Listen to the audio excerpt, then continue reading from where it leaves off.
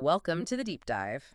Here's something I've been thinking about quite a bit lately. We're living in, well, supposedly the most connected time ever, right? Instant everything, social media everywhere.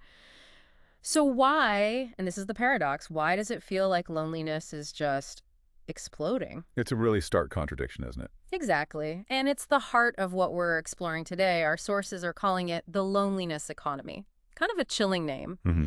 So this deep dive, it's really about unpacking how businesses, they're not just seeing this isolation, they're actively creating new markets around it. Building on it, yeah. Our mission here is to map out this emerging industry, look at all the different ways companies are playing in this space, and really get into the implications for us, for human connection, for our well-being. Yeah, the human side of it. Which brings us to I guess, the central tension, the question we'll keep coming back to, is this stuff genuinely innovative? Is it solving a real social Yeah. problem?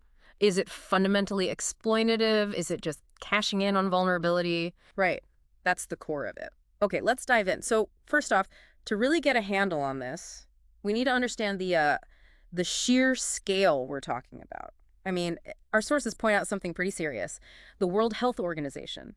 They've actually declared loneliness a global health threat. That's huge. Not just a feeling, but a public health issue. Exactly. Puts it right up there with other major crises. And it underlines that paradox you mentioned.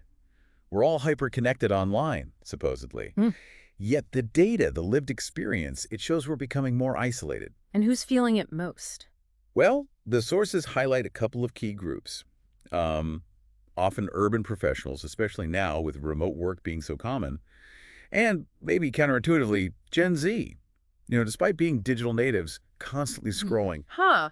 That is interesting. Yeah, it's this sort of quiet, pervasive thing, not always obvious from the outside, which is why some are calling it the hidden epidemic of the 2020s. It's a hidden epidemic. And it hits everything, really. Mm. Mental health, sure, but physical health, too. So, okay, we've got this global health threat, this widespread pain point affecting millions. It makes sense then, doesn't it? Where there's that kind of deep need, that void. A market emerges, Yeah.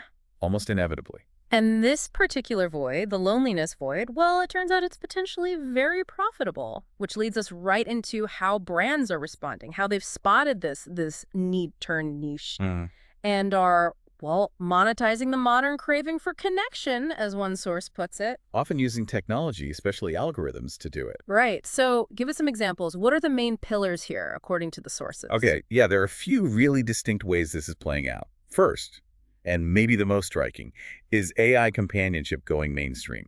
AI companions, like chatbots. Sort of, but much more sophisticated now. Yeah. Think apps like Replica, Wobot, Character.ai.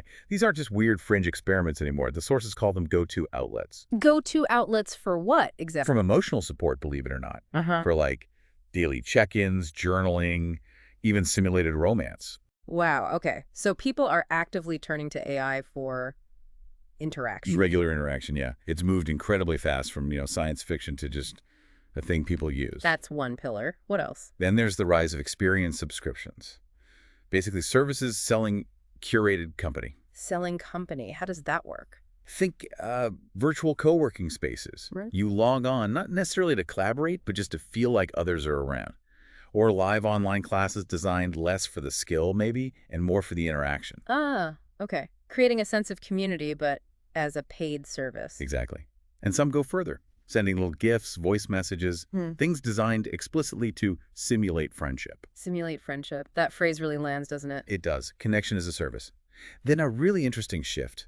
Solo is becoming the new social. Right, I've noticed this. Doing things alone isn't seen as sad anymore. No, quite the opposite. Traveling alone, dining alone. It used to have a stigma, right? Now it's almost a status symbol, a choice. Self-care, exploration. So how are businesses tapping into that? Hotels, for instance, offering aloneness perks. Aloneness perks. Like what? Things like complimentary journals, maybe quiet zones in the hotel, specially curated itineraries just for one person. So instead of fighting the solo trend, they're embracing it, making it premium. Precisely. Yeah. A total reframe. And of course, we have to talk about performing intimacy online. Ah, yes. Platforms like TikTok, Twitch. Exactly. The line between creator and companion gets really blurry there. What kind of content are we talking about? Well, the sources mention things like chat with me while I eat streams or pretend study sessions. Just presence. Pretty much. Mm. Simulated presence. And these videos, these streams, they rack up millions of views. Millions. That says a lot about the underlying need, doesn't it? It really does. It shows how loneliness itself can become monetizable content. Okay, one more. Yeah. The last big one is how mental health is meeting market metrics. Okay, unpack that. There's been this huge influx of investment, venture capital into wellness tech. Apps that track your mood, nudge you towards social interaction, offer little bits of microtherapy. So quantifying our feelings. Basically, yes. And the insight driving it. The sources say the emotional data economy is becoming as valuable as attention. Our emotions as data, as valuable as clicks and views. That's the idea. It raises some big questions about, the commodification of our inner lives. It really is eye-opening when you lay it all out, the sheer range. From an AI friend who remembers your birthday, to a hotel giving you a journal, to an app tracking your mood. All different angles, but all plugging into that same core human need for connection. It's like, yeah, if you feel lonely in any way, someone's probably building a product for it. Which brings us right back to that critical, slightly uncomfortable question the sources keep circling. Is this genuine innovation or exploitation? Right, that's the crux. And the critics cited, they're pretty clear. They argued this whole industry risks turning human vulnerability into profit. Exploiting a weakness, essentially. And it forces us, and you listening, to ask that really direct question. Can paid emotional surrogacy ever truly replace real friendship? Real, messy, sometimes difficult human friendship. Exactly. Can an algorithm replicate that? And the thing is, this isn't just about, some new apps or services popping up. Our sources suggest this signifies something much bigger, a global shift in human behavior. It feels like it's changing how we even think about connection, how we find it, what we expect from it. Yeah. Are we normalizing a world where, deep bonds are something you subscribe to, like Netflix? That's a scary thought. It is. And connecting that to the bigger picture, the sources suggest something quite profound. As loneliness becomes normalized, connection is no longer organic. It's bought, branded, and beta tested. Bought, branded, and beta tested. Wow. It really challenges our whole understanding of what authentic connection even means, what it might look like in the future. Which makes you wonder about tech's role in all this, doesn't it?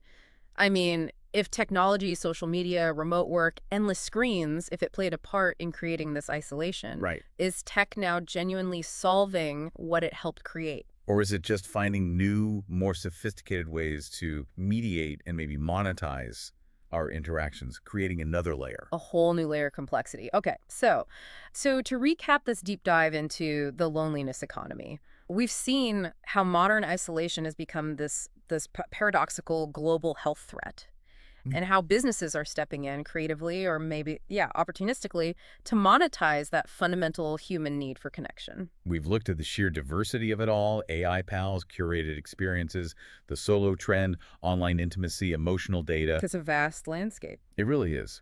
And as we finish up, maybe the thought to leave you with is this. In a world where connection itself can increasingly be purchased, what does it actually mean to be truly connected?